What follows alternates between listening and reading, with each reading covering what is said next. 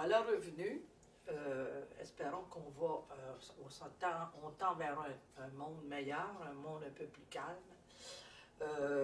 Cette année, je vais être plus sélective, c'est-à-dire que je vais aller voir en moyenne 2 films par semaine. Et je vais sélectionner des films sur quoi on a des choses à dire. Le premier, c'est le Club Vinland que je suis allée voir, un film de Benoît Pilon avec Sébastien Ricard, Armand Vachon, François Papineau, Rémi Girard et Émilie Bibeau. Bon, c'est l'histoire d'une communauté religieuse, les frères qui enseignent au collège. Et parmi ces frères-là, il y a le frère Jean, qui est un passionné par ce qu'il fait. Il essaie d'intéresser, de rendre ses élèves curieux et d'avoir envie d'aller voir ce qui se passe, puis qu'est-ce que c'est, puis bon, il veut les amener partout, au Parlement, partout.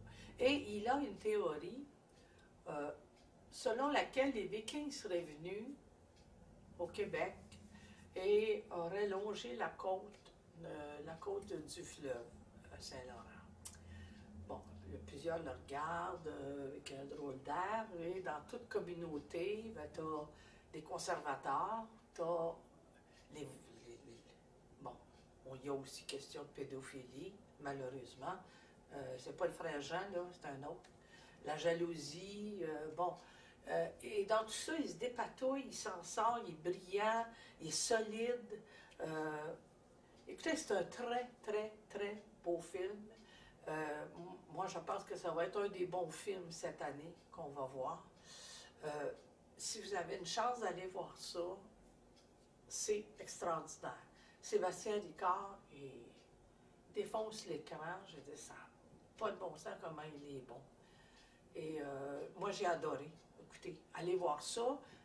C'est sûr, comme je vous dis, moi, j'ai oublié mon masque. J'étais assis avec mon masque et puis tout le long de la représentation, je n'y ai même pas pensé, il ne m'a même pas dérangé. Fait que privez-vous pas d'aller au cinéma, si vous allez voir un bon film, vous allez voir que le masque, vous allez l'oublier. Vous allez oublier la pandémie et toute la merde qui va avec. Bon, fait que bon cinéma.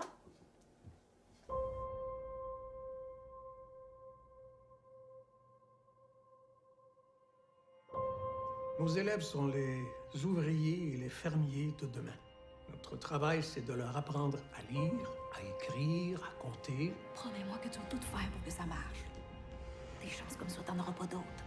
J'aimerais souhaiter la bienvenue à votre nouveau camarade, Émile Lacombe. Qu'est-ce qui se passe?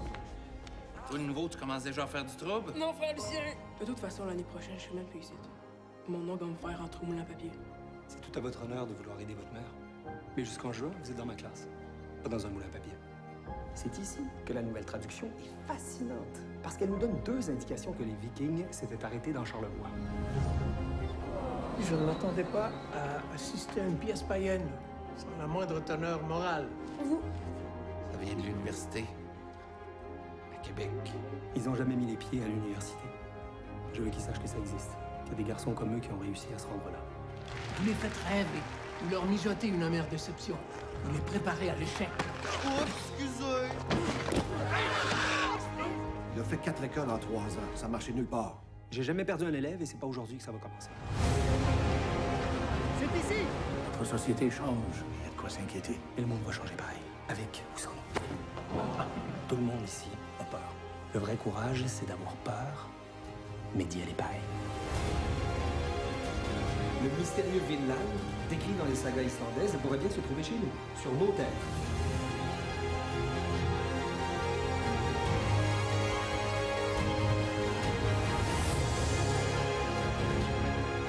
Il faut pas leur mettre n'importe quelle idée dans la tête. C'est à nous de leur dire que c'est en s'intéressant à ce qui se passe dans le monde qu'ils vont pouvoir se tirer de leur misère. C'est à nous de leur dire que c'est correct de rêver.